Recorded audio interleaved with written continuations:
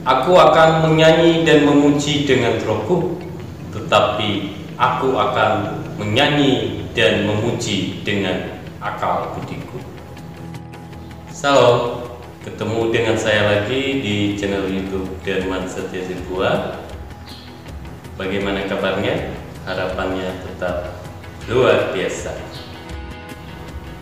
Adapun tujuan materi kita hari ini yaitu yang pertama menjelaskan arti tentang ibadah dengan roh dan akal budi yang benar di hadapan Tuhan.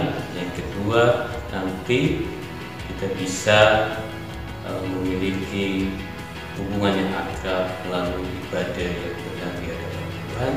Dan yang ketiga, menunjukkan sikap beribadah yang benar. Oke, langsung aja kita pada materi kita, yaitu tentang bernyanyi dengan roh dan akal budi. Di dalam 1 Korintus pasal 14 ayat 15b dan sampai 19. Kata Paulus, "Aku akan menyanyi dan memuji dengan rohku, tetapi aku akan menyanyi dan memuji dengan akal budiku." Itu suatu kata-kata Paulus di jemaat Korintus pada perjalanan dia yang pertama. Nah, Korintus kita tahu adalah kota yang maju, kota yang metropolitan, dan jemaat di Korintus sebagian Yunani dan sebagian orang-orang penyembah berhala. Nah, di dalam latar belakang jemaat Korintus ini, maka Paulus mengingatkan jemaat 1 Korintus kalau kita akan bernyanyi kepada Allah dengan roh dan akal budi. Karena latar belakang jemaat ini salah satunya adalah latar belakang jemaat penyembah berhala dulunya, sehingga Paulus mengingatkan secara pribadi, sehingga itu jemaat ini dapat bertumbuh di dalam roh dan kebenaran. Oke, dalam Korintus sendiri, Paulus mengartikan kata bernyanyi di dalam roh yaitu glosa dalam bahasa Yunani, dan roh pribadi Allah adalah pneuma. Nah, glosa yaitu bahasa lidah. Jadi menyanyi dan memuji Allah atau berdoa di dalam roh itu adalah suatu pribadi Allah yang ada di dalam diri kita untuk menyatakan pujian, nyanyian tentang doa dan harapan kita. Jadi bahasa roh artinya glosa dan atau bahasa lidah, dan Roh Kuduslah yang akan menyatakan pujian ibadah itu, menggerakkan hati perasaan kita untuk memuji Allah dengan benar. Itu Rasul Paulus yang menegaskan kata itu. Selain kita memuji dengan roh kita sendiri, tetapi kita harus juga memuji dan bernyanyi dengan akal budi. Kenapa kita harus bernyanyi di dalam roh, bernyanyi dengan roh? Karena di dalam Yohanes pasal 4 ayat 24 mengatakan kalau Allah itu adalah roh.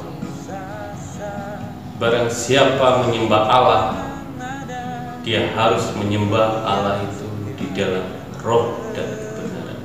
Jadi bernyanyi dengan roh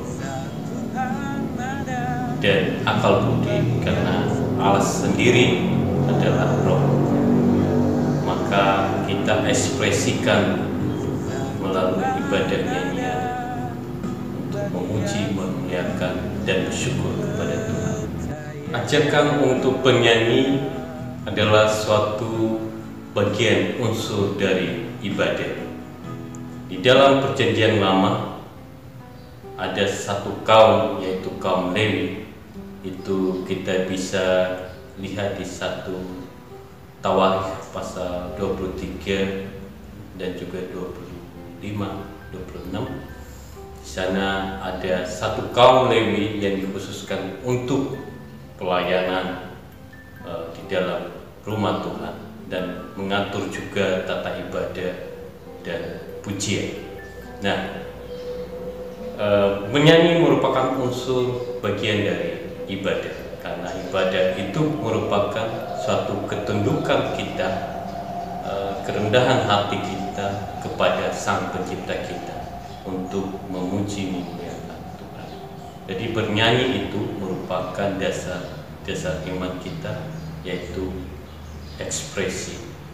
Tidak hanya kita mengakui, berdoa dan percaya, tetapi kita juga ekspresikan iman kita itu melalui pujian, nyanyian dan doa.